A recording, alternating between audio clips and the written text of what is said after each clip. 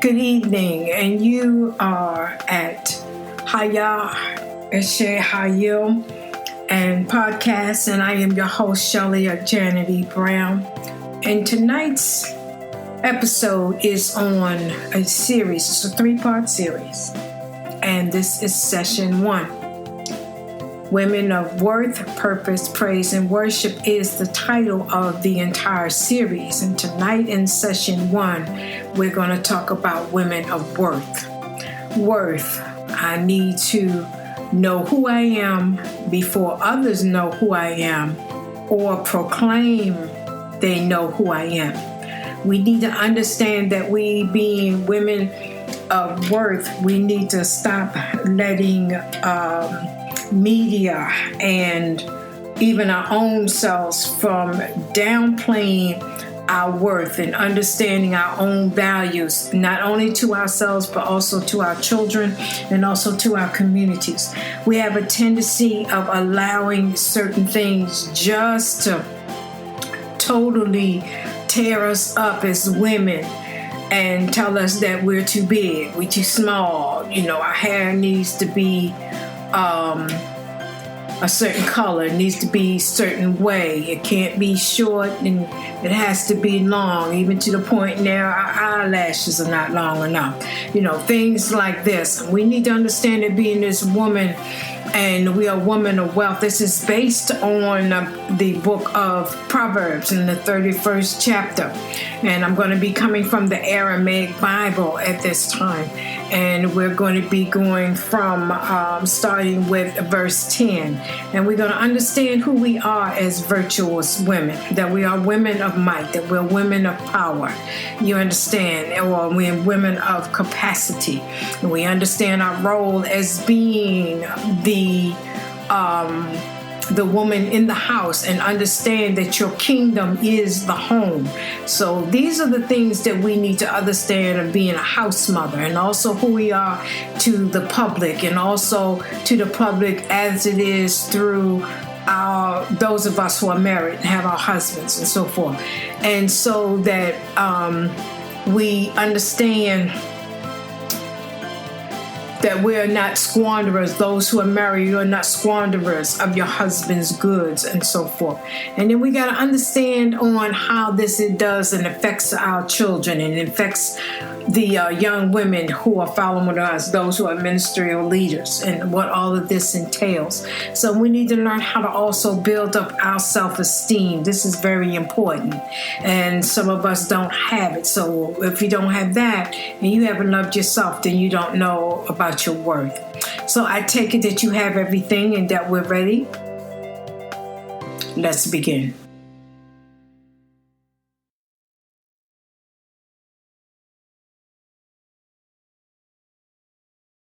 Good evening and welcome to Hayah Eshe Hayil, and I am your host, Shelley Janity Brown. And this day we're going to talk on a series, a new one, and this is session 1. And the title is Women of Worth, Purpose, Praise, and Worship. Session 1 is going to be on worth. W-O-R-T-H. Worth. I need to know who I am before others know who I am or proclaim they know who I am. This is key. If you don't know yourself, how are you able to project, or your character shows your worth? I'm going to begin with prayer, and then I'm going right into this. Yahushua, I take every spirit in the hearing of my voice under my control, and no other spirit except that of the Ruach HaKodesh will be allowed to speak or manifest during this time of ministry. The angels that thou hast given unto me, my troops during this warfare, shall cover me and be deployed by me to battle warfare as directed as it is your will. They are fully armored in all areas, and so am I, as you have made it so. Those that have an ear to hear what thus saith Yahuwah receive full portions, the messages from heaven's throne room. A hedge of protection shall be upon us during this session, and upon the conclusion of this session of ministry, no repercussions, demonic, demon attacks, thoughts, words of non-life, chants, spells shall not have no effect upon me, his vassal, unto the people who hear. No weapon formed which have been formed against us shall not prosper. No enemy, mentally, physically, or spiritually, shall get to us during this session, that I shall be restored fully in faith, health, thought, and ready to receive the next bounty, unto which shall be distributed upon your people and those seeking you. For we are girded with your faith, belief, your strength, your favor, grace, mercy, love, and your covering. So shall the words be that go forth out of my mouth. They shall not return unto me void, but shall accomplish that which pleases Abba, and shall prosper in the things whereto sent it. Abba, glorify thy name. Worth. I need to know who I am before others know who I am, or proclaim to know who I am. We're coming from the Aramaic Bible on this, and we're going to be in Proverbs 31, and we're going from 10 to 31. And when you understand what this particular chapter is about, and many have gotten into discussions about it, however, one thing that I have come to know is that this is a mother that is talking to her son. And from what I have read and what I'm understanding, that this is Bathsheba, who is the I'd rather say that she's the wife to King David at the time, and she was talking to her son Solomon during this particular part of the book. But these are the second parts of that particular book, and some things or guidelines that we are women need to know. The first part of the book is with her talking to him. And I'm going to get into that, but that's going to be at another time, because that is very, very intense, where it is an understanding for men have to be careful on where they place their seed in fallow ground. That's coming up. So, but anyway, for today, we're just going to get in here and talk about women of worth, purpose, praise, and worship. And this is session 1, and it's worth. I need to know who I am before others know who I am, or proclaim to know who I am. This is the description of a virtuous woman of those days, but the general outlines equally suit every age and nation. And we're talking about the word worth. She is very careful to recommend herself to her husband's esteem and affection, to know his mind, and is willing that he rule over her. I'll get into another deep, intense teaching about that word rule. Everybody has taken that rule, and I see people frowning up already. You need to understand what that means. She can be trusted. That's one, and he will leave such a wife to manage for him. He is happy in her, and she makes it her constant business to do him good. Second, she is one that takes pains in her duties and takes pleasures in them. She is careful to fill up time that none be lost. She rises early. She applies herself to the business proper for her, whatever her trade is, to women's business, and she does what she does with all her power and trifles not. She makes what she does turn to good account by prudent management. Many undo themselves by buying without considering whether they can afford it. She provides well for her home and her house. She lays up for the hereafter. Number 4, she looks well to the ways of her household, that she may oblige all to do their duty to God and one another as well as to her. 5th, she is intent upon giving as upon getting, and does it freely and cheerfully. 6, she is discreet and obliging. Every word she says shows she governs herself by the rules of wisdom.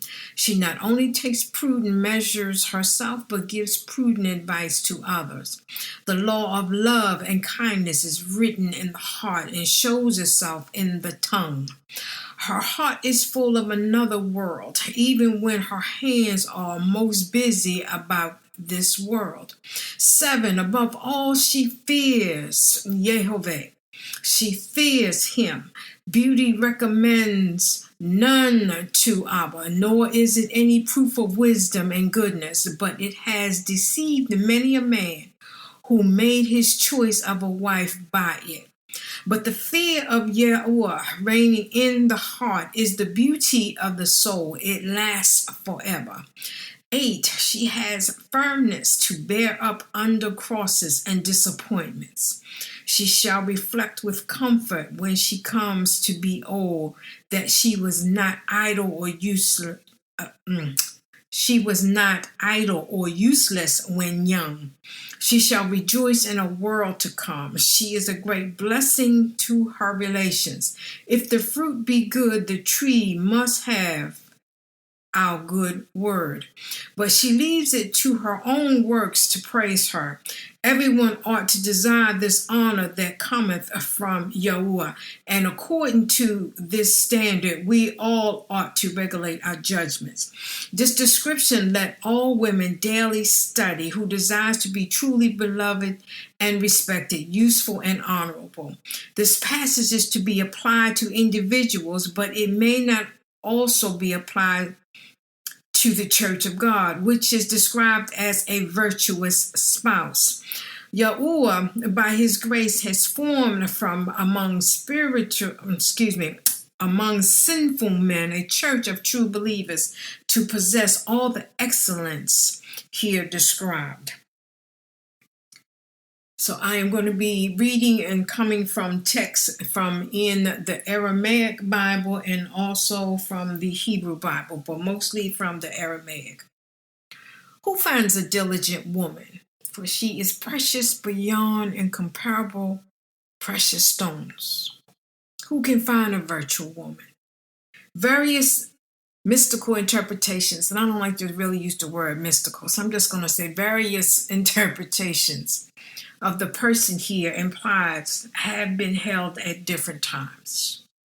She has been supposed, supposed, or expected to signify the Torah, the law, the church, and the Ruach HaKodesh. Virtuous literally is a woman of might or power or capacity. But virtuous might here be understood not in the restrictive sense as the phrase is used in Proverbs 12, verse 4, and in Ruth 3rd chapter 11th verse, but in the wider sense of all virtuous living.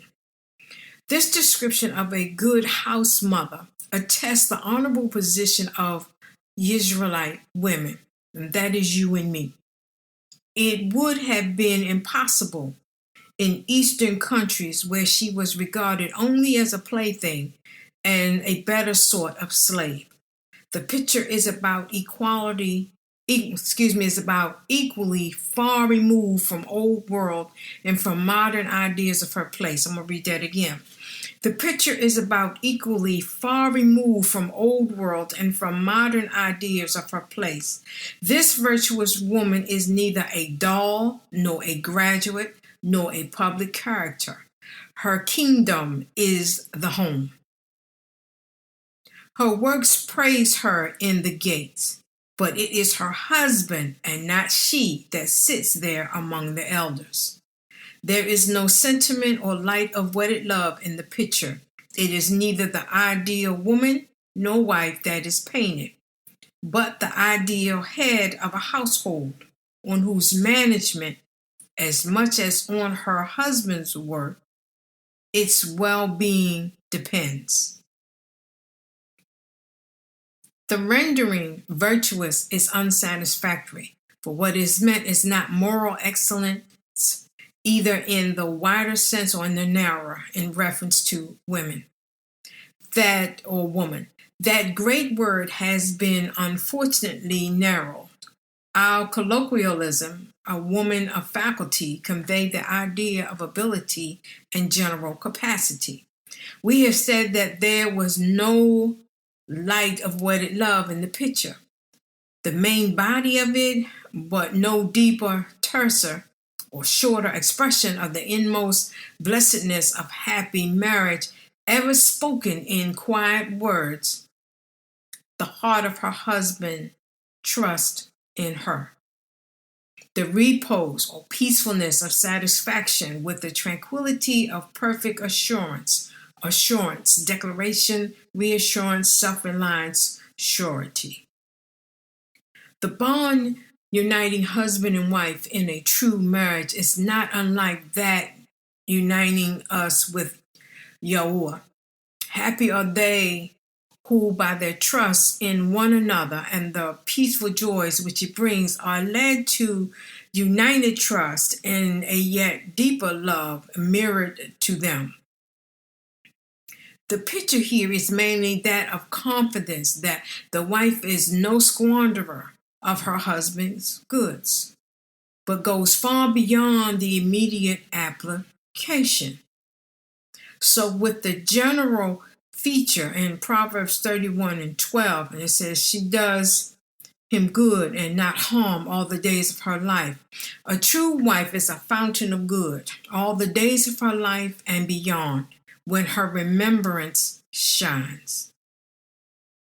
The picture here of a woman in her proper sphere of home as a wife and a mother and the mistress of a household stands out bright against the dark sketches of a woman degraded by impurity or marred by imperfections, which are to be found in earlier chapters of this book.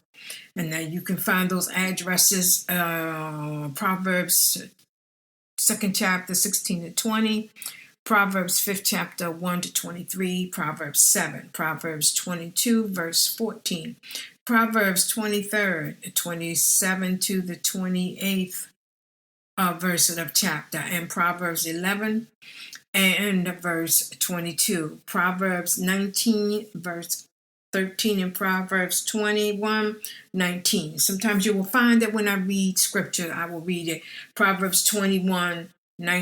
And what I'm saying is that this is Proverbs, the 21st chapter, 19th verse. Sometimes I may say Proverbs 21, verse 19. I don't want to have anybody confused. Let me continue. Here, women occupying and adorning her rightful place, elevated by anticipation to the highest state, which Yahushua has restored her. The earlier proverb, who findeth a woman findeth a good thing, and obtaining favor of the Yahushua, Proverbs 18, chapter 22nd verse. The spiritual description of the virtuous woman is a prophetic representation in her truth and purity and influence. Who can find a virtuous woman? The exquisite picture of a truly lovely wife is conceived and drawn in accordance with the customs of Eastern nations, but its moral teaching suits all climes, CLIMES, which means region, places, countries, and the use of this word climes. In Hebrew, the verses begin with the letters of the Hebrew alphabet in order. Who, woman? The question implies that such are rare, though not entirely wanting. You compare Proverbs 18, verse 22, 19, verse 14. Virtuous, literally of strength, that is moral courage. Compare Proverbs 12, chapter 4, and Ruth 3rd chapter, verse 11. Her price, compare Proverbs 3:15. A virtuous woman whom he may take to wife, such a person is hardly to be found. And when you compare with Ecclesiastes 7, chapter 28 verse, and from the Tanakh version of 1917, and it says, which yet my soul sought, but I found not. One man among 1,000 have I found, but a woman among all those have I not found. And 28 goes into, that's 26, 27, 28. And another way is written as, which I am still seeking, but have not found. I have found one man among 1,000, but I have not found a woman among all of these. And here he lays down several characters or qualifications of an excellent wife, which are here delivered in alphabetical order in this book, each verse beginning with several and the succeeding letter of the Hebrew alphabet, which method is used in some but in a few places of Scripture, to oblige us to the more diligent consideration and careful remembrance of them as things of more than ordinary importance. And such this matter is partly because the good or bad education, even of private families, depends much upon the mother's qualifications, hath a mighty influence upon the welfare or misery of commonwealths, and partly because the right education of royal family is in itself a very public blessing. And therefore it is the interest and happiness of whole kingdoms that their kings should have virtuous and pious wives. Who can find a virtuous woman? The expression Isha Hayil means woman of force, and it occurred in chapter 12 in the 4th verse. The expression combines the idea of moral goodness and bodily vigor and activity. The representation is that of an ideal woman, the perfect housewife, the chaste helpmate of her husband, upright, God-fearing, economical, wise. And as I had read in verse 26, and I discovered more bitter, of Ecclesiastes 7:26, and I discover more bitter than death, the woman whose heart is snares and nets, whose hands are chains.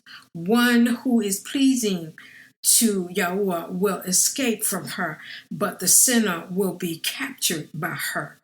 It is very painful to see such a delineation or definition of women in the East, where the female generally occupies a most degrading position and is cut off from all sphere of activity and administration.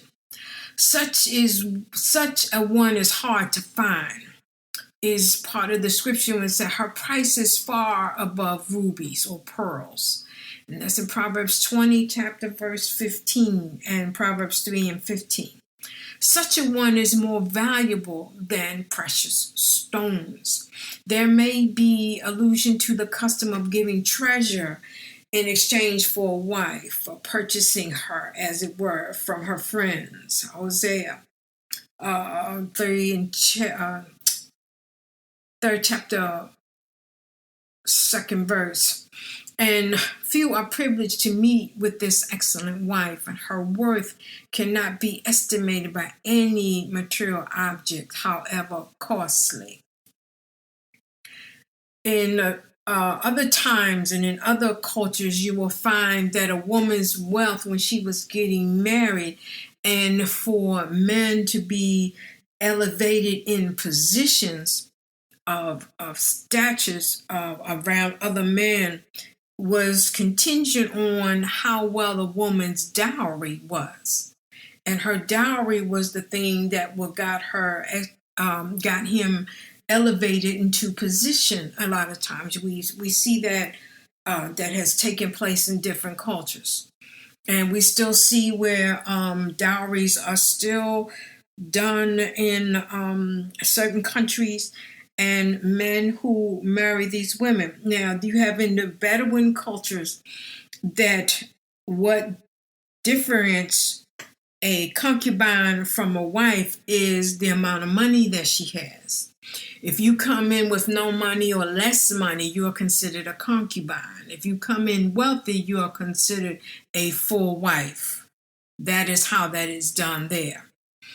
That is how it is measured. And like I said, in other countries, it was on your dowry. In other countries, when a man purchased, and it's really shameful that this is still going on in, I think it's in India, where the men are still marrying women on based on their dowries, and when their dowry just run out and they have nothing else, sometimes they will find that that wife has died. And sometimes it's not known how she died, but she's all of a sudden she's dead. And now that same husband is going on and he's looking for the next wife and her dowry. This is a common practice that is taking place over there. And I really believe something needs to be done about it, because that's all some of them are doing this for. Is get a wife, use up all the money. When that's all gone, kill her off, go find me another one. That's no concern of someone that does not even care about life. Did it be that blatant to do that in that kind of a manner, and no care and nothing in the heart? Now that's just a plain demon. I don't know what other way to put it. That's just all that is. And it's a shame, but this has been ongoing. I've seen so many stories through my years in life with other women, and this practice, from what I'm understanding, is still going on. So that really hurts when you hear such things as this. So who can find a virtuous woman? There's several qualifications of an excellent wife, which are delivered in alphabetical order, as we stated, beginning with a letter of the Hebrew alphabet. And we said that it is the virtuous woman is considered as a strong woman, but literally a woman of strength or firmness. But then it must be observed that it is equally applicable to strength of body, strength of mind. A virtuous woman, or a woman of a strong, firm, and excellent mind. All these things need to be within you. Now, in one word, sexuality. It is the word most used to define a woman in these times, seasons, days, and age. Most women haven't been physically enslaved, yet most have become slaves to the idea that their power and worth is measured by their sexuality. This sexuality is spiritual slavery and is very real. Very real. And with regards to certain definitions given by media and sometimes by other women, and certain things that are even said by some men, it is that women are not seen. We're not seen as persons. We are regarded as products. And that's why we have so much trafficking that is going on. We are considered a product, not a human being. With sexuality in the forefront of the mindset that makes me a woman, then there's also the thought that none of my abilities matter unless it's in that category of sexuality. How well I spruce up the outside of me, how well I produce sometimes financially, how well I produce function and creativity in the bed. That defines me as a woman. That is the mindset of many women, and it's being passed down and on to our daughters. We are supposed to be a certain size. Our skin cannot be too dark. We cannot have short hair. It has to be straight and long. Even our eyelashes have to be a certain length now. Okay? That word sexuality is forefront on everything else that marked it is determined you being a woman, and that is not so. So what about our baby girls? How is this affecting them? Let me share a story. I have seen mothers, or this one particular mother, purchase thong panties for her tiny baby girl. And they thought it was cute. And it was other women there with her, was friends of her. And while they was going down and baby girl had her panties and all like this and said, oh, we can't wait for you to put these on so we can see and this and that. And some man turned around and looked at them, and the thought came in my head, my stars. I said, do you really know what you're doing? Do you really know what you entertained, what you spoke out, what you unleashed, what you attracted to your child? Now, understand the man did not like that either, because he looked and had a real funny look on his face. Now, this is a man.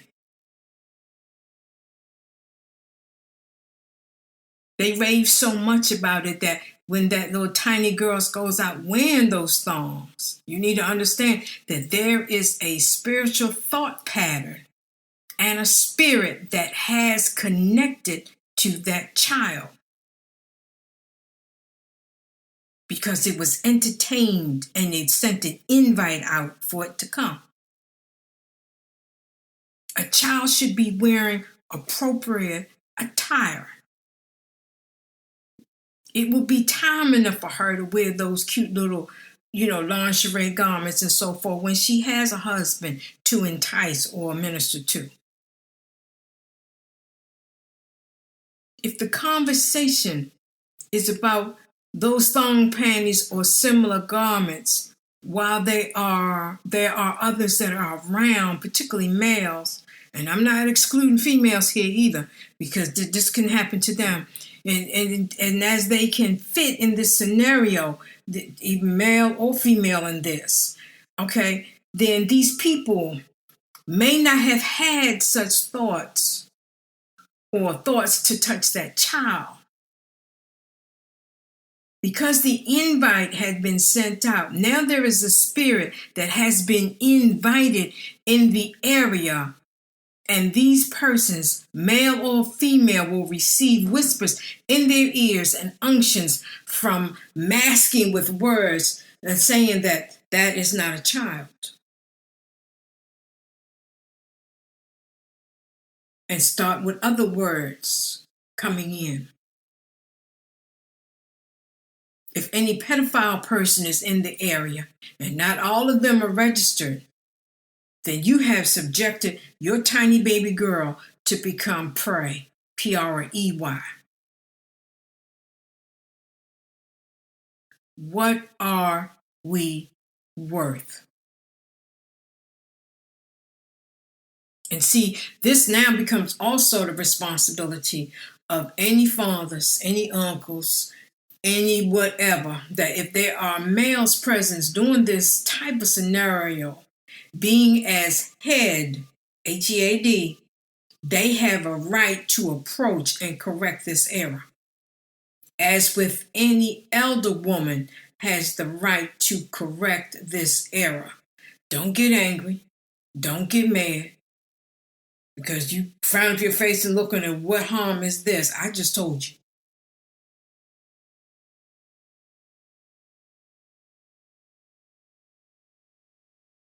We are sending too many invitations out into the atmosphere, and you have to understand that there is life and death in your tongue.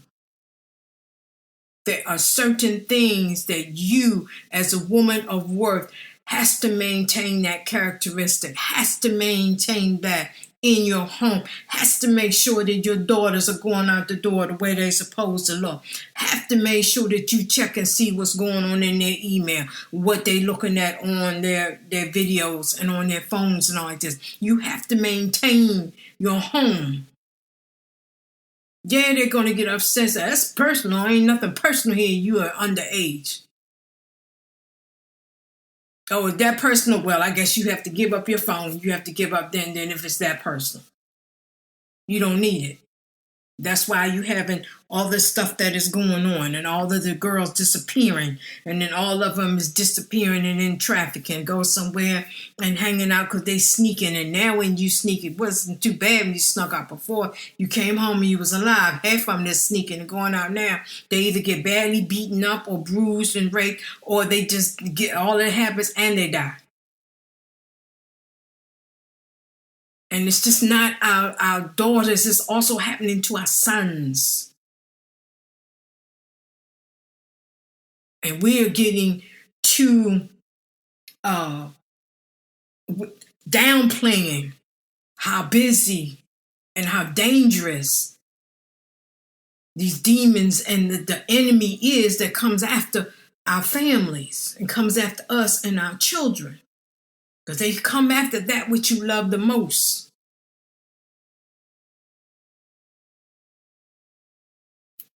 So we got to start watching how we inviting things out here, and what we keep putting out there is too much.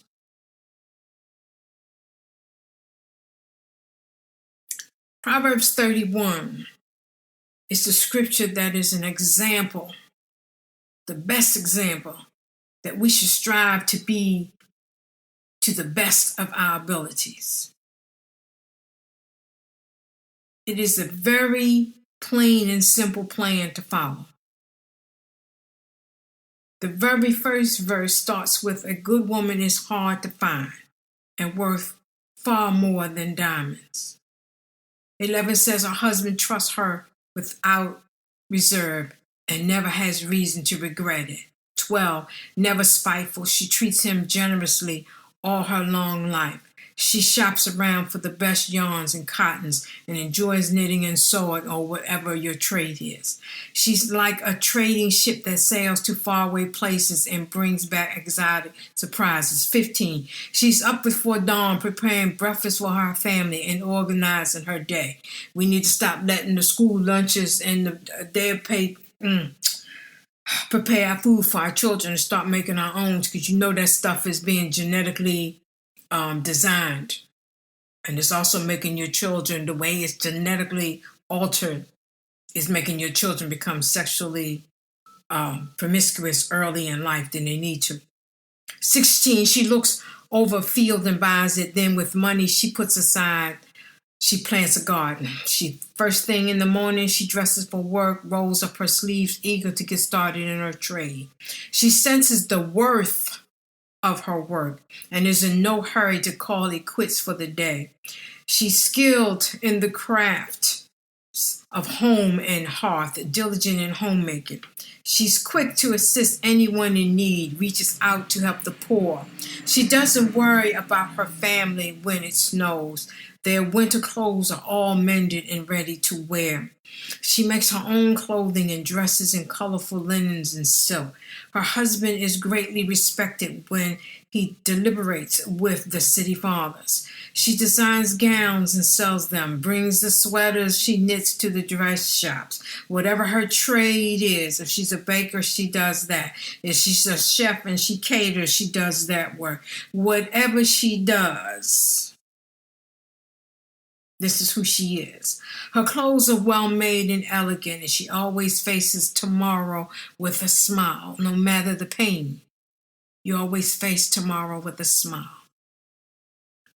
When you smile a lot, the endorphins are released in your body. That helps take away some pain as well. When she speaks, she has something worthwhile to say, and she always says it kindly. 27, she keeps an eye on everyone in her household and keeps them all busy and productive.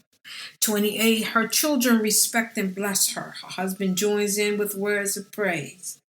29, many women have done wonderful things, but you outclass them all. And 30, charm can mislead and beauty soon fade. The woman to be admired and praised is the woman who lives in the fear of Yahuwah. And 31, give her everything she deserves. Festoon her life with praises.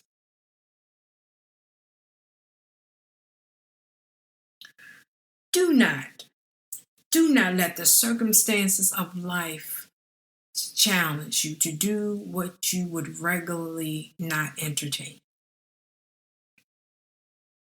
Do not let the circumstances of life challenge you to do what you would regularly not entertain.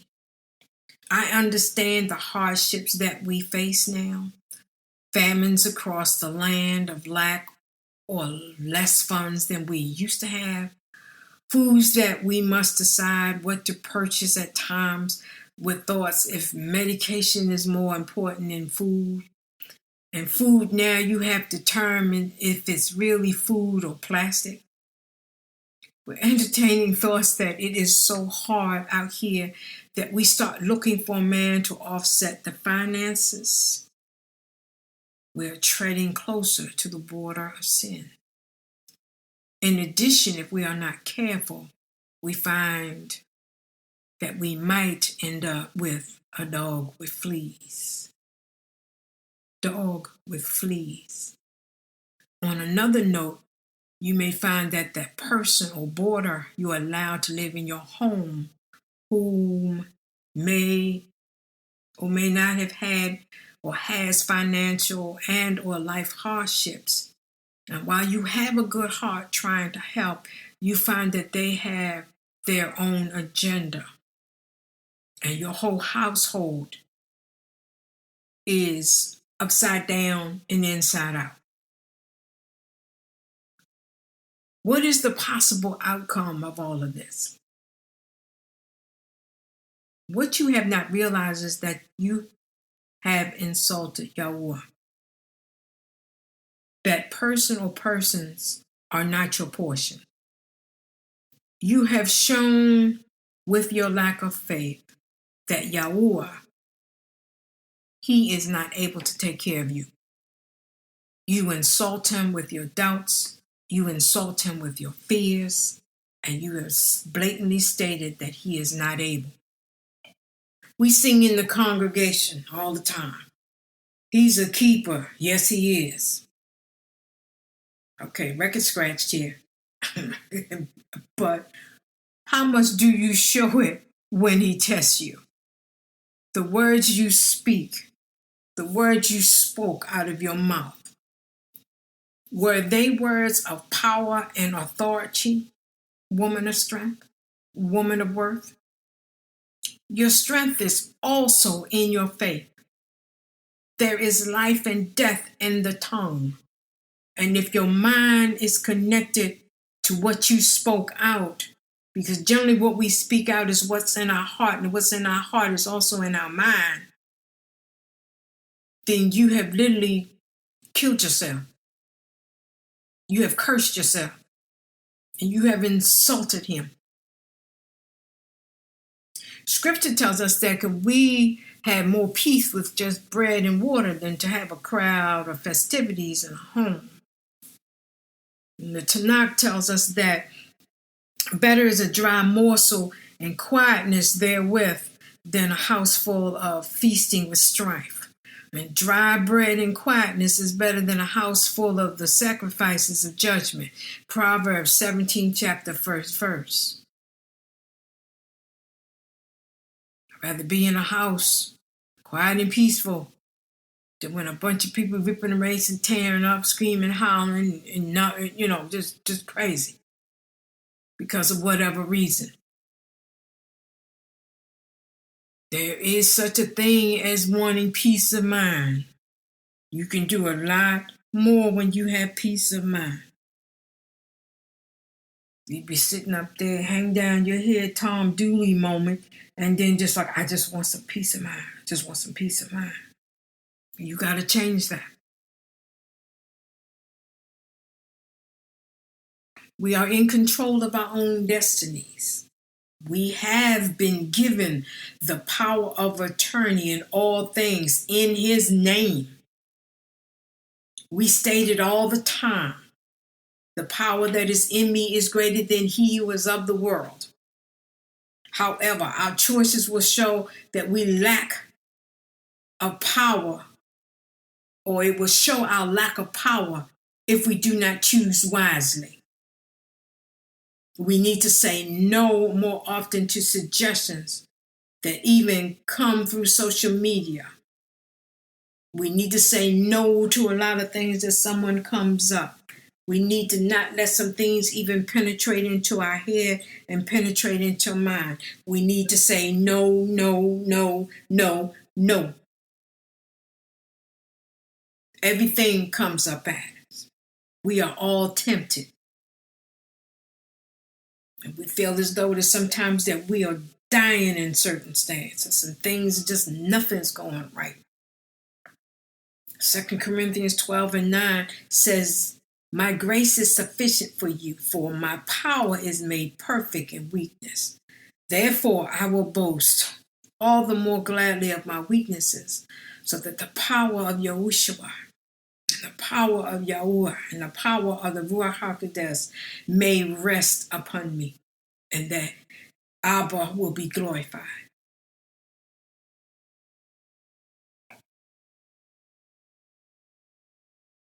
The dictionary defines self-worth as the sense of one's own value or worth as a person. However, there are many ways for a person to value themselves and assess their worth as a human being. Self-worth is the opinion you have about yourself and the value you place on yourself.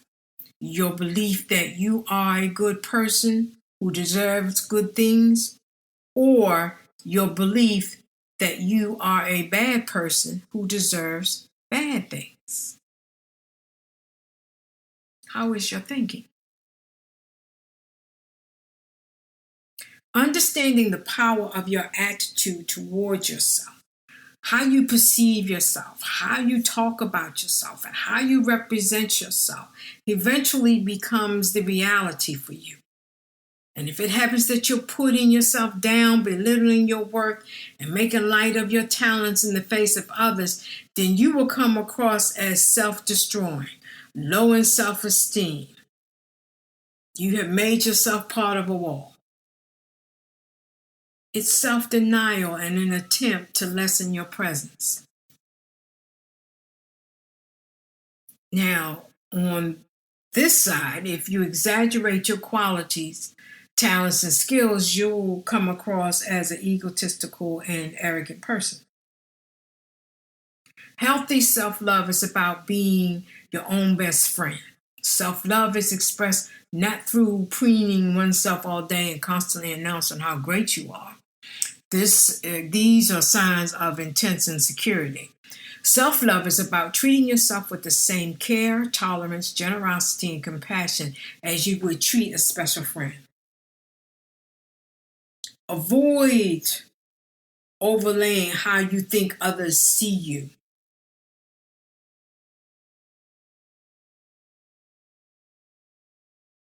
Only you can give yourself the esteem boost you need. You cannot let other people or you cater or what is that? Your personality to the idea of you. When you let people, how you think people ought to see you, how you think other people see you, you're doing more damage to yourself.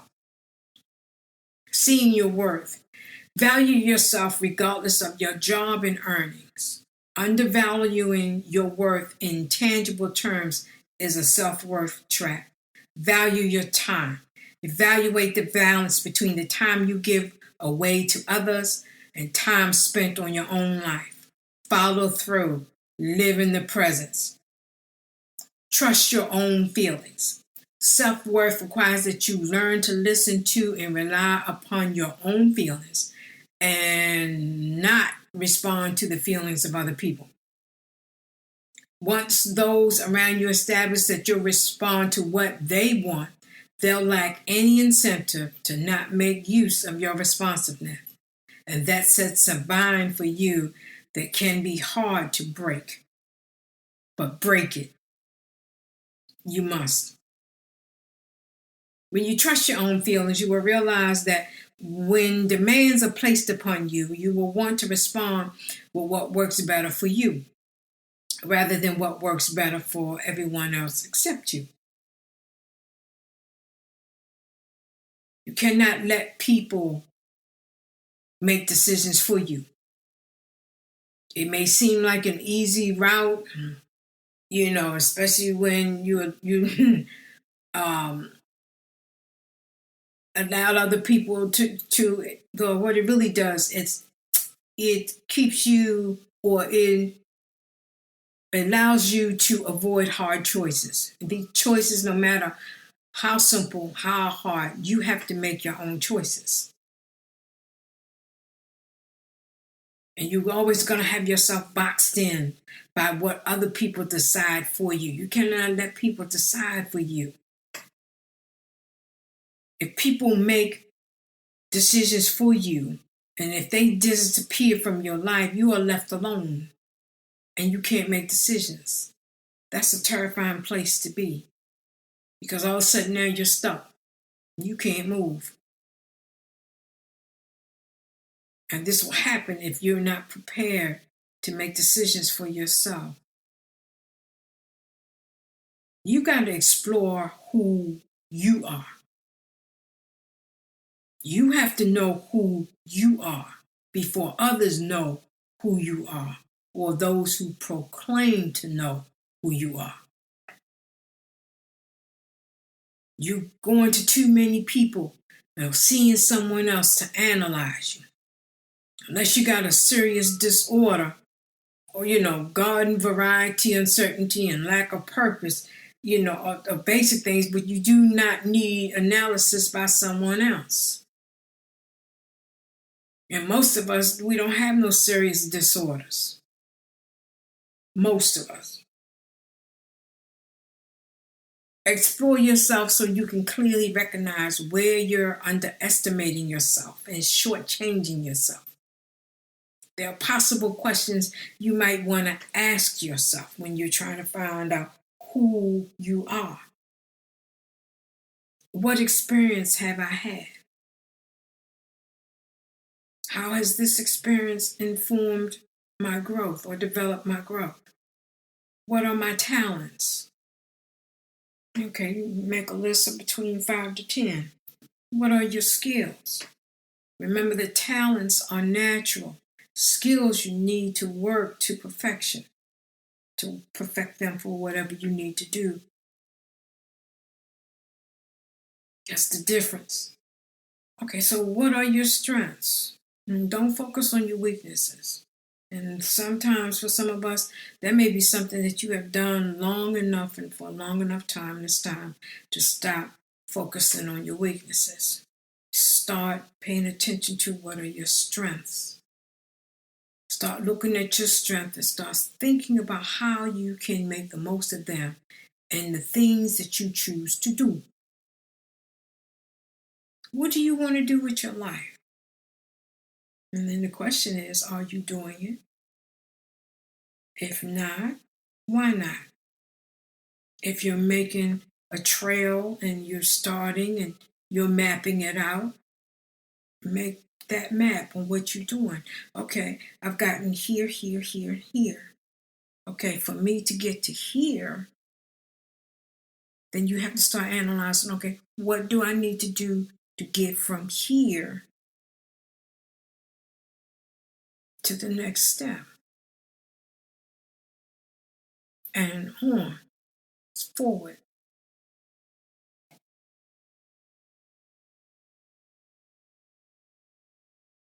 Am I happy with my health? Okay, if not, then why not? Okay, then what can I do to move into wellness instead of living in sickness? Write it down. Make a plan. What makes me feel fulfilled? Am I working on that, or am I busy working on other people's fulfillment? Write it down. Take the vision, make it plain, write it down. Stop making your self-worth conditional on other people. When you keep trying to live up to an image of what you think others want you to be, you have lost your self-worth. You are set and you are following a compass by other people's hopes and belief. That's not what you want. You should have your own compass to move where you gotta go. Many people live this way, and many are making choices as to what to study, what career to choose, where to live, and how many children to have, all based on expectations from parents, from spouses, from friends, and of course the media. Afraid of standing up for their own likings and respecting your own self-worth. It's a real shame to live your life for someone else. Abba gave me these words for this, and I kept saying, why? What is? I thought we lived our life for other people. Yeah, in a sense we do, but first and foremost, we have to understand what that phrase means. And this is what he shared with me. He said that you live your life with someone else. That's fine. You live your life with someone else, not for someone else. You still have to have your individuality in a relationship. Following the status flow just to follow will be like sheep without a shepherd. And one sheep starts up the cliff or mountain to the top, get to the edge and keeps walking. The other sheep follow and they all fall off the mountain. You need the shepherd. If you need help with you getting where you need to go, all you have to do is ask him. Yahushua will lead you. All you have to do is ask. Be the ram that can jump on the mountain and down the side of mountains and jump to the next cliff, provided it's not too far away. The ram knows his limitation of jumping. Be a ram if you have to be when making decisions.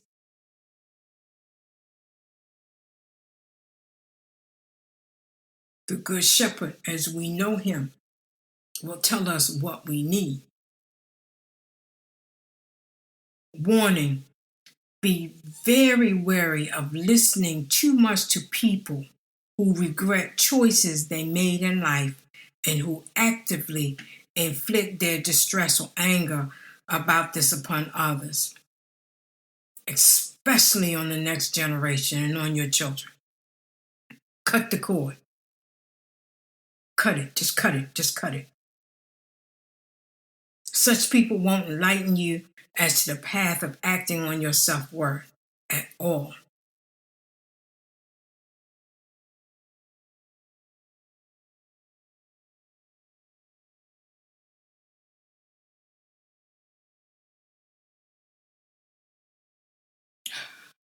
Use caution here.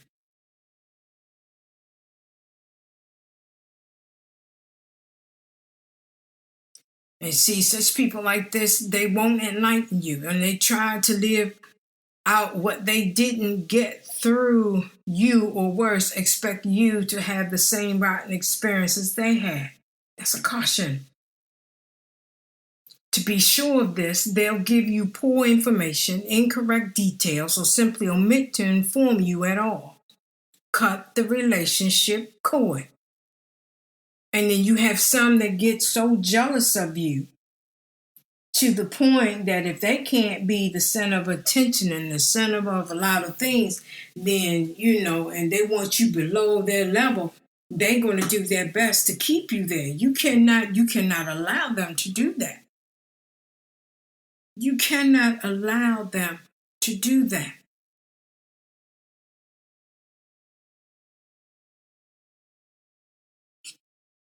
You really cannot.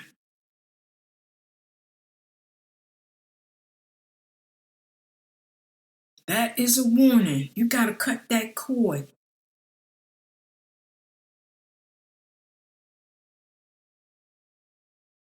You really have to. I've had friends who were so jealous of me, and I really did not understand why. And I found out that I was losing in the long run. And you got people that's like that, and they see you start getting past them, they'll start giving you all kind of life advice. And before you know it, you back below again trying to figure out why. Stop taking it from them. Sometimes it's best you don't tell nobody nothing. Just move. And then by the time they think, they still got you sitting still, you have passed them by 5, 8, 10, 8 miles or more ahead of them, and you gone. And then you finally found your turn off, and you take it and you go. Then it's just keep on going. Move forward.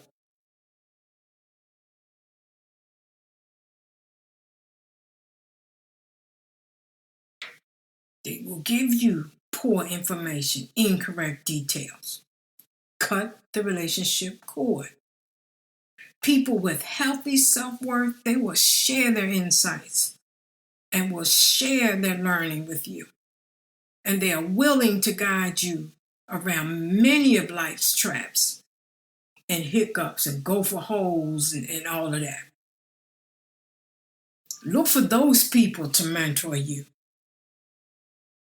Unhappy people, they are too miserable to help. They can't get out of their own situation. I cannot be around that. Before you know it, you looking miserable, tired, depressed, and trying to figure out, and they drain so much of your energy. They will drain it.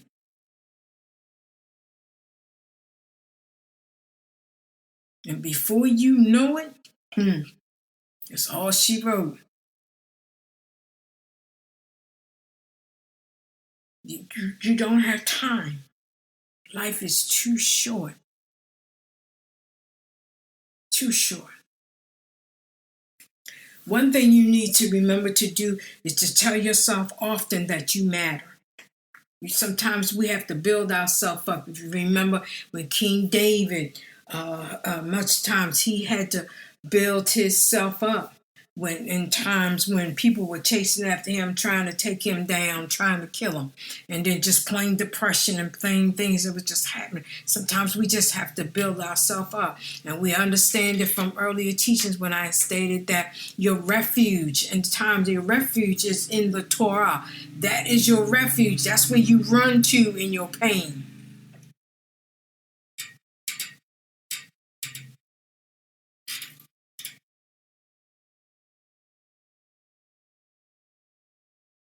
You got to start self-talking to yourself. Give yourself those little talks of affirmation. Change that internal negative speaking and thinking and mindset that you have. Sometimes you might have to set times during the day to remind yourself that you're a great person. Set up an email system or a text message and send it, program it if you can, to send it to yourself at a certain time. You can send emails to ourselves, right back to ourselves. You need to send something like that. Send a text message out to yourself. Find a way to do it. It's things that you got to do. Set up an alarm system that comes up that is alarm clock on your phone, and set it up. And where it has a label, what is the alarm for? Then you set up, hey, you're great. You're doing great today. Put some kind of positive quotes in there so that when you open it up, that alarm, then this is what you will see. That it has nothing else but positive things that you will read all day long. And if you've gone out and taken care of some business for the day and some other things have taken place and it's sometime in the afternoon, okay, then you send yourself an alarm and say, all right, hey, you did really great today. You got quite a bit accomplished, especially if it's true. Now, don't send yourself something that's not true. Okay, let's go in and let's go treat yourself to a smoothie, real fruit smoothie. Treat yourself to something like that, cappuccino, whatever you like to drink. And that's your reward. You can send yourself an email. And like I said, you can schedule a text message with a positive message, something to tell you something just special. Send yourself a scripture that builds yourself up. The Torah has such messages. Find an app that sends you a scripture of love every day, each and every day, 3 times or more a day if it's needed.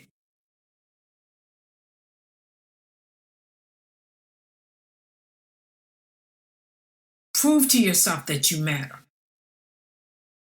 Understand that affirmations are in and of themselves are not magical. They are things that need to improve your sense of self.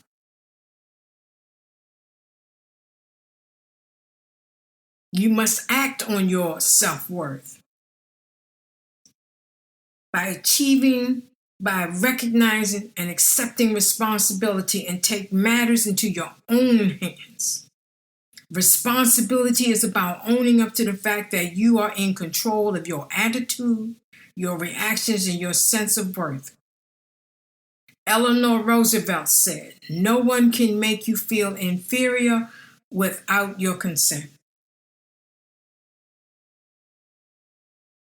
Letting other people and circumstances serve as the source of lowering your self-esteem is going to keep you stuck. It will make you sick. It will drain you. It will put you in a depressed state. Accept the responsibility. Make a decision to do something about them. Forgive yourself. Relinquish the need to use blame as a source of coping. Blame alleviates the need to look at yourself and to change your behavior.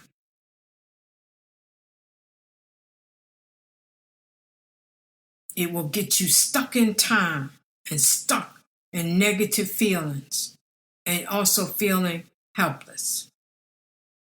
Blame implies someone or something else has the power that you lack. Blame, B-L-A-M-E, implies someone or something else has the power that you lack. Don't let it lock up your power. Don't let it keep you from using your power. Move forward, choose wisely.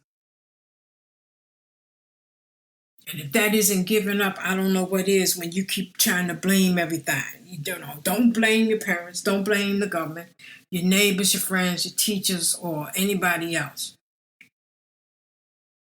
Abba has given each one of us a brain in our head. It has and all of the gifts and the talents to utilize to our next dimension in life and for you to get to your divine destiny. Never, never let anyone tell you you can't do that. Never let anyone discourage you from something you know you can do. Forward, take the leap. Something I never forgot. My son even came and told me, he said, nothing beats a failure but a try.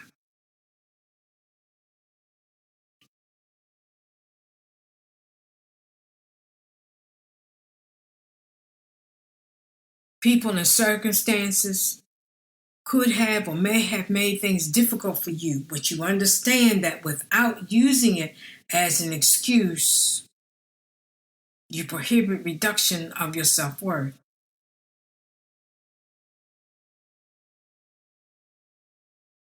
Avoid being a scapegoat, a victim. The responsibility to move on as a strong, whole person rests with you and you only.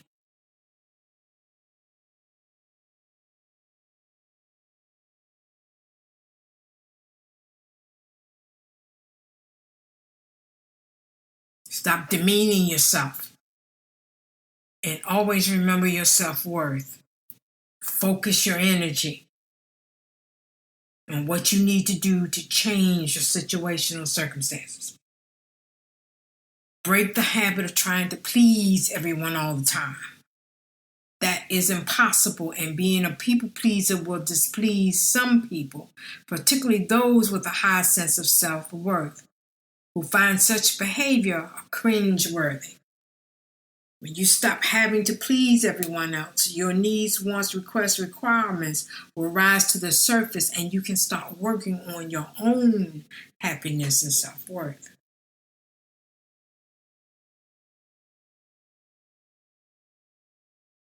Some people won't like what you're doing with your life, and that's fine. Let you do you first, and then you can get around to helping them out with their happiness. You have to love Abba first, then you have to love you first. I learned that it was Abba first, I was second, my children third. Sometimes the job was third spot because it was my portion to take care of my children. That he had given me to take care of my children in the third spot. Fourth was a job and colleagues, family members as deemed necessary, and everyone else took a number. Simple.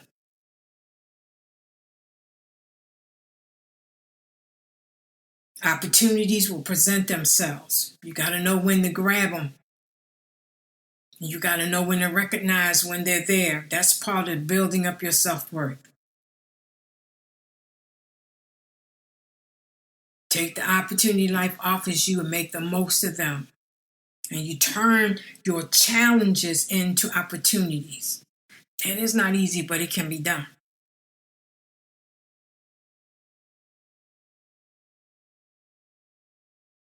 Successful people tend to turn challenges into opportunities.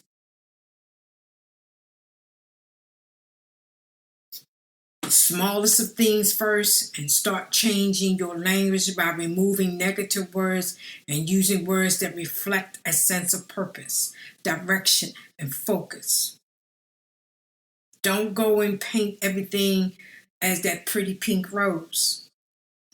Life still has its thorns and its tragedies and situations and tribulations.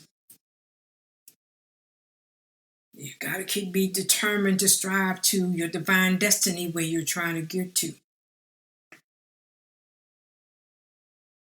Remember to value your worth yourself regardless of your job and earnings. Undervaluing your worth is a self-worth trap.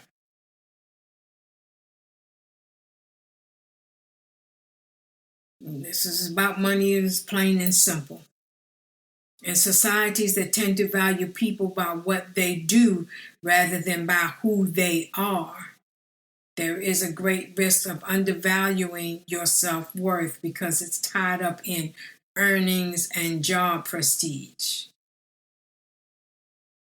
And if you find yourself, when somebody asks you what you do, and you say, "Oh, I'm just," and so what do? You are suffering from a self-worth deficit. You are not just anything. You are you. So if you're not even sure how to even address the question that comes up, so what type of work do you do? Then you need to practice that first.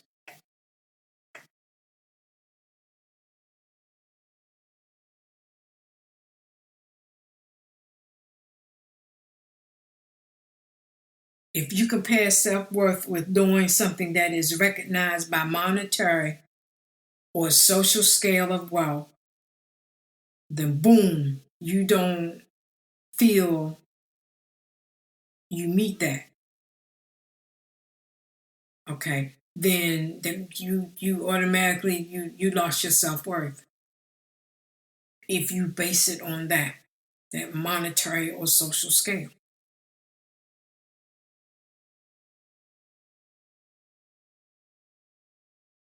Competing value system. Value your time. Undervaluing yourself because of a job you have or the earnings you make is that of how you spend your time. If performing or volunteering or low paid support work eats up your time well beyond what you can afford, you're neglecting other parts of your life, such as looking for a job, spending time with your family, or ensuring that your own life is running smoothly. Then it's possible that you're caught up in competing competing value systems. The first value system is that which tells us we must volunteer or contribute community service to others more needy in society because it's both noble and essential for our own sense of well-being. The second value system is that which rewards us for knowing our self-worth and for expecting good compensation for what we contribute to society. These two competing values create tension. Creates tension for many of us who are well-meaning and want to give but find ourselves caught up in the challenges of lack of time, lack of money, and a sense of inadequacy. And we're just trying to juggle everything. And we're stressed out. We're feeling undervalued. And then the balance of these two values has become twisted, off-centered, is crooked. And also, yes, it has depleted your self-worth. Eventually, this will lead to one or more things that could happen into your life: being sick, exploding and walking out for good. We understand about people who've been on certain jobs and they come back in, they come in with a shotgun and kill half the people on the job. Resenting the loss of your time, because you're spreading an unhealthy balance that not only impacts you but serves as a poor role model for your children, your friends, and others that are watching you.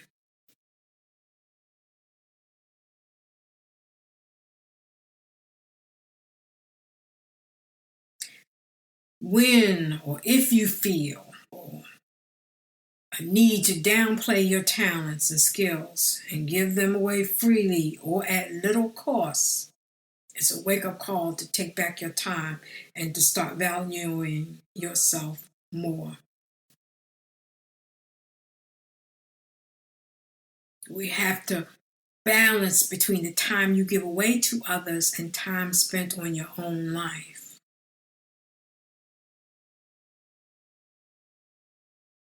The question that pops up most is, could you be spending more time with your family or friends? If that answer is yes, then you realize that your wealth resides in keeping that time for you and those you love and reducing the amount of time you give away to others.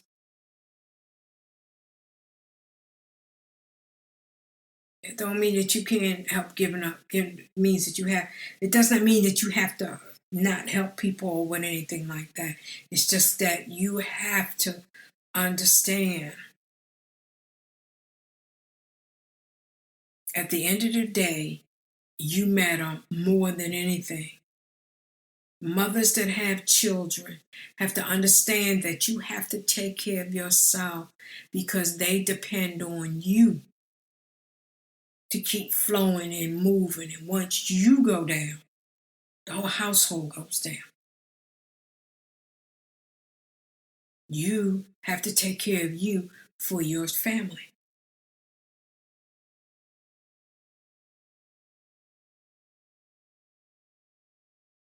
You got to live in the present. This is key. The past has its lessons from which you've learned, but it's gone, so leave it behind you. Stop dragging on that stuff with you. You got a whole cart that you keep trying to pull. Let that cart go. The only moment that truly matters is now.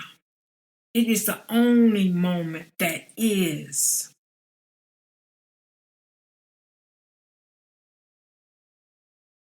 And if this moment season isn't what you want it to be, make it so the next moment season is. Keep a journal, notebook of your achievements. Every time you feel tempted to put yourself down or start kvetching, that means complaining, whining, and you're not getting anywhere, make a cup of tea, or if you like coffee, sit down comfortably, take out that book and read it through. And while you're reading it through, you also want to make sure, can you update it with a new achievement while you're there? Compete with yourself only, not with others.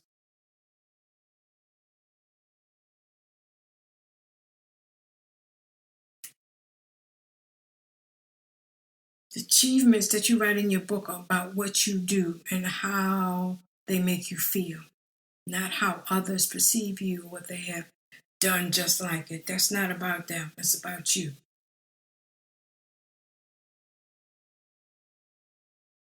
You got to stop beating yourself up.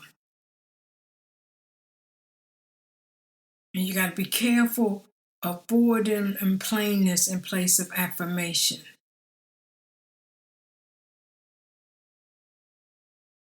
You want it to be, when you're doing affirmations to yourself, that it's building you up, that it is getting you to that next step. You don't want to mock yourself. You don't want to sneer at yourself. You don't want to criticize yourself. Find your own way to develop your own sources of inspiration and live up to it. If it means fixing you a lunch, getting in and going down to the beach and sit to the beach for several hours from the afternoon when the sun is not real hot, not baking, that's saying, ooh, that's hot. But, at a comfortable hour of the evening, and sit there until it's almost sundown, and sit there with your book and just look out. And then just talk and breathe. And throw all the negative words out on the wind and let the wind take it away. And then start filling yourself up with positive words.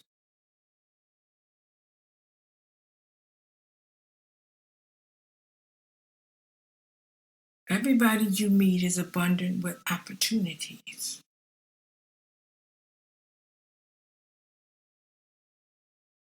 You just have to be cautious of the opportunities. You get interested in other people and see where they're going and what are they doing. Are they people that's going to help you build your self-worth? If not, you don't need that opportunity.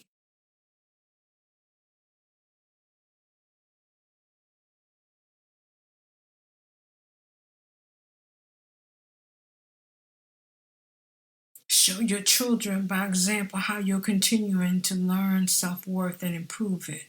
Help them learn that it's never wrong to reinvent yourself and to put yourself up out of the sluggishness, the blues, the glooms, and the depressions.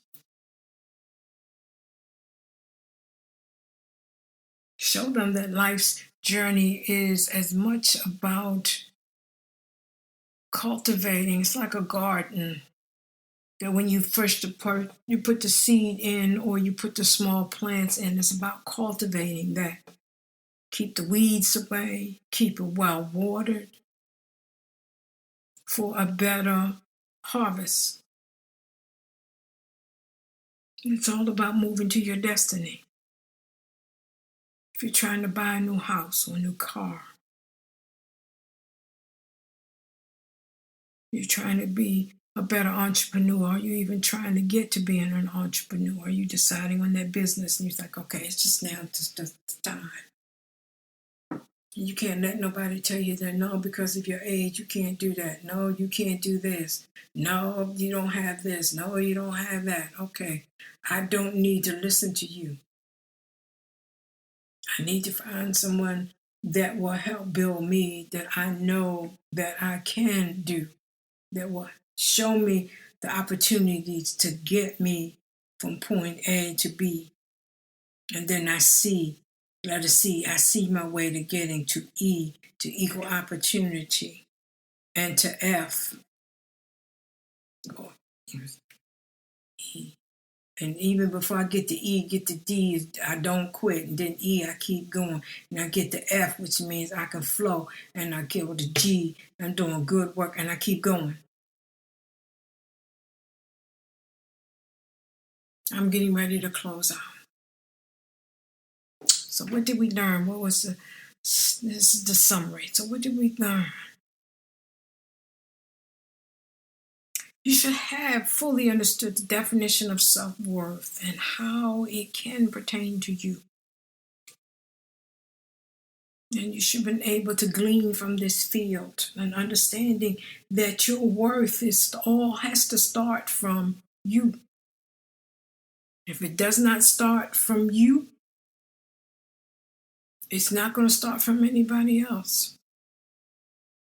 And once you can love on you and love you and keep going, and you got to love you. You love Abba. Abba will show you how to love because he's going to love on you and you love back on him. He'll show you how to love. He'll show you and he'll talk to you. He'll tell you what you need to do. There are 5 ways to nourish your self-esteem when it is low. Use positive affirmations correctly. Positive affirmations such as I'm going to be a great success is one of the words that is very extremely popular. But it does have one critical problem. They tend to make people with low self-esteem feel worse about themselves. Because when our self-esteem is low, such declarations are just simply too much for us to believe. Positive affirmations do work for certain divisions of people and those whose self-esteem is already high. Affirmations to work when self-esteem is lagging or needs to be tweaked, fine-tuned, adjusted. You have to make them more believable. So instead of saying, I am going to be a great success, you might want to say, I'm going to persevere until I succeed. See, that's measurable, something that you can work towards, you can step towards. Identify your competencies and develop them. Self-esteem is built by demonstrating real ability and achievement in areas that matter to you. If you pride yourself on being a good cook, you're a chef, throw more dinner parties. If you're a good runner, sign up for races and train for them. If you're a person that's into photography, then you go out every day and you take pictures. If you are a person that is a videographer and you do videos, go out and find something to shoot. Learn some more skills that it entails. You can go and take pictures and do things of nature that is moving about. I'm looking forward to that. I can't wait till I want to go to the zoo. I want to take some pictures. I can't get to Africa. But they kind of brought Africa to me because the animals in the zoo. I just don't like seeing them caged up like that. I really think zoos should be more fitting to the animal where they can run free and got like some territory that they can run through and they are protected. Now I understand you can't put lions and certain things in with other creatures, but you can give them a wide enough berth for them to see. So that's what you do. And when you go out And if you just look sometimes, you'll see some things that you don't look, that you would not have imagined before. And now that, because I'm into photography, I see things different now than what I used to see. And even when I used to do graphic design and desktop publishing, now when I do things, I look at it with an entirely different eye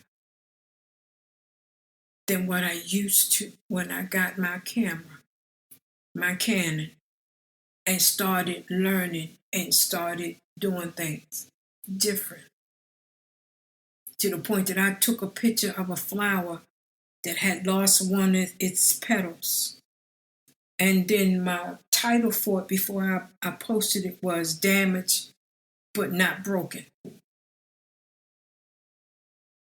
And I had a lot of people came to view that picture just based on that title and the picture, but you understood exactly what it meant.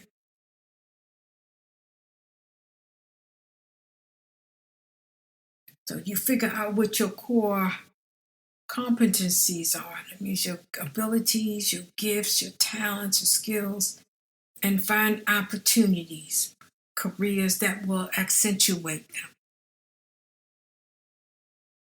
3, learn to accept compliments. One of the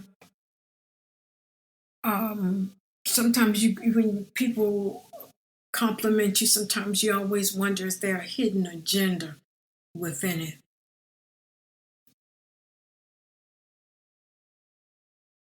And then there's also others who, if they are in the process of improving their self-esteem, is when they feel bad about themselves and they are becoming, or they have become resistant to compliments,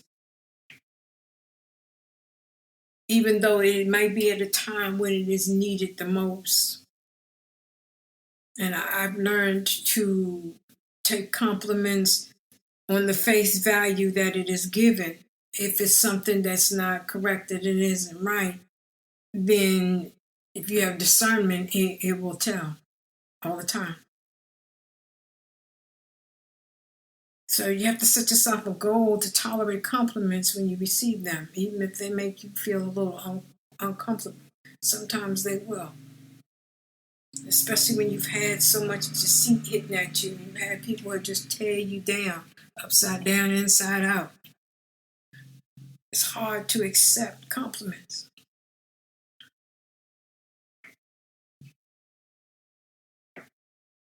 And the best way to respond to them is like say thank you.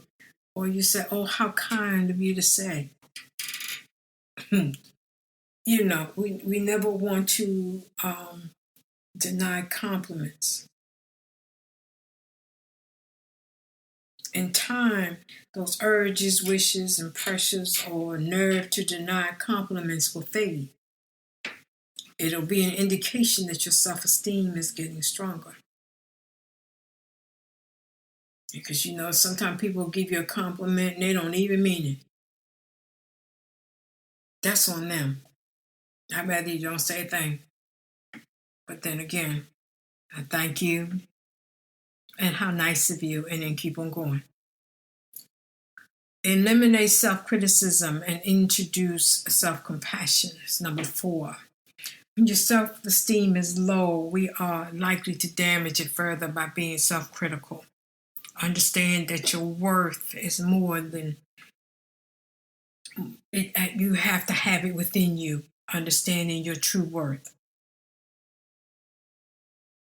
And see, sometimes we need to substitute self-criticism with self-compassion. And when we start kicking our own self and start tearing our own selves down, then it's just something else we have to learn to have self-compassion. And then what you may have to do is when those kind of things come in, you might need to ask yourself, what would you say to a dear friend if they were in your situation? Okay, then you direct those comments to yourself. You don't want to damage your self-esteem. Fifth, affirm your real worth. Reviving your self-esteem after a blow. How do you do that? You make a list of qualities you have that are meaningful in a specific content. If you just got rejected by your date, list the qualities that make you a good relationship prospect. If you fail to get a work promotion, list qualities that make you a valuable employee. Then what you do after that, then you take one of those items on your list and write a brief essay to yourself in your journal why the quality is valuable and likely to be appreciated by other people in the future. Do this exercise as you deem necessary or whenever you need a self-esteem boost.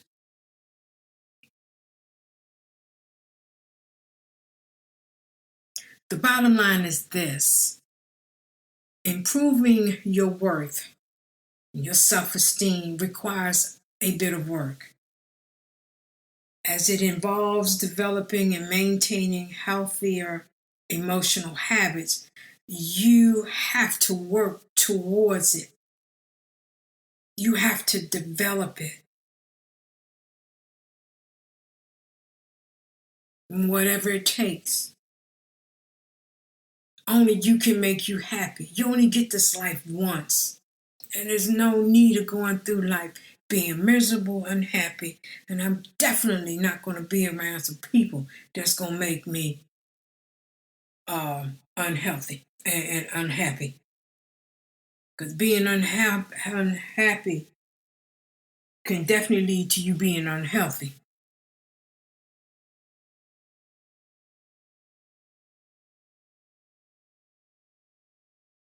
So we're talking about improving our self-worth and our self-esteem. And doing so, and especially doing so correctly, will provide a great emotional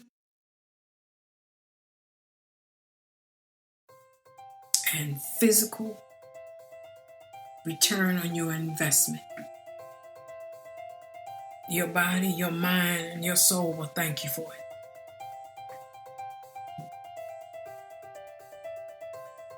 So my prayer for you